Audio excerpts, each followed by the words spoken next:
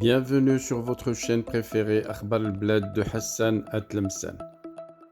En Algérie, après les hommages rendus aux as de la décennie noire, les Algériens vont-ils détester leur armée?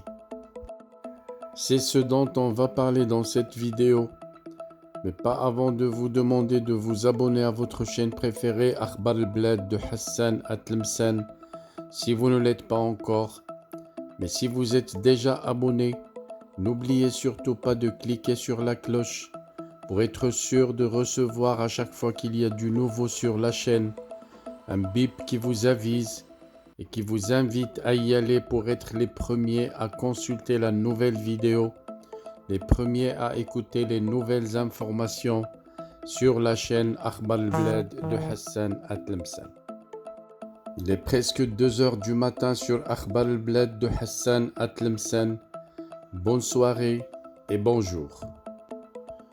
Les hommages rendus par le président Abdelmjid à de nombreux officiers supérieurs et généraux à la retraite le 4 août dernier, à l'occasion de la journée nationale de l'armée, ont suscité une très vive polémique sur les réseaux sociaux en Algérie. De nombreuses voix ont remis en cause la crédibilité de cette initiative et le bien fondé de cette démarche. D'autres commentateurs ont dénoncé vigoureusement la réhabilitation de certaines figures emblématiques de la hiérarchie militaire des années 90 de la décennie noire.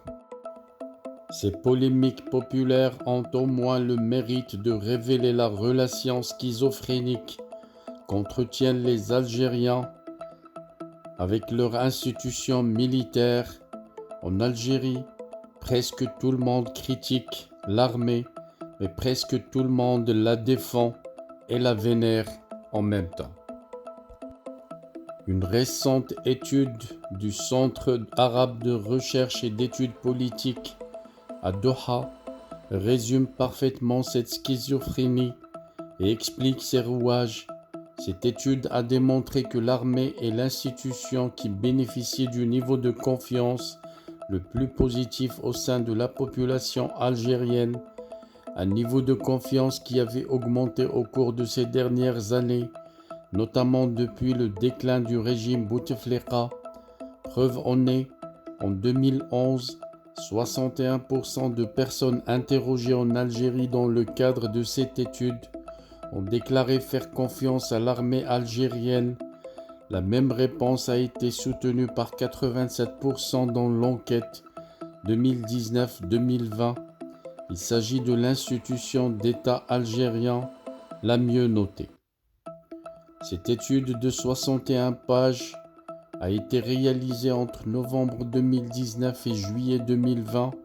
Elle a inclus 28 000 répondants interrogés directement dans le cadre d'un échantillonnage représentatif des pays auxquels ils appartiennent, avec une marge d'erreur comprise entre 2 et 3%.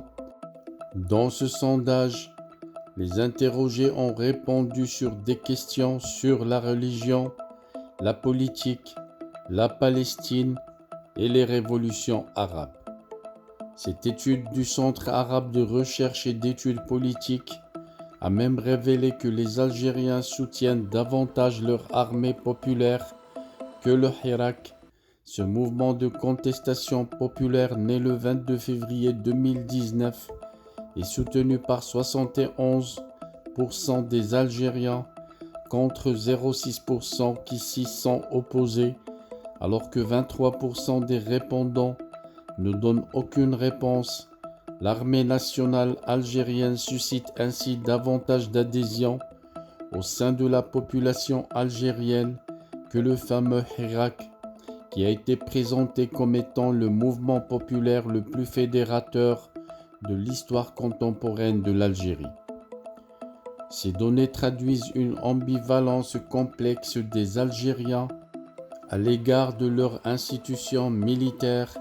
C'est pour cette raison que tous les sujets relatifs à l'armée et son univers sont toujours considérés comme sensibles et délicats en Algérie, et ce n'est pas près de changer malgré les récents hommages rendu aux criminels de la décennie noire, Khalid Nazzar et Tawfiq Mediane, qui ont été honorés par le président Abdelmjid dernièrement, certainement sous les directives de Chengriha, le chef de l'état-major, et à la lumière de toute cette complexité et de ce lourd passif d'héritage, Chengriha et Tebboune débarquent le 4 août 2022 avec leur hommage provocateur à Nazzar et Tawfiq, sans aucun souci de compassion ou d'empathie pour les victimes et en opposition frontale avec tout ce qui a été entrepris, même insuffisamment,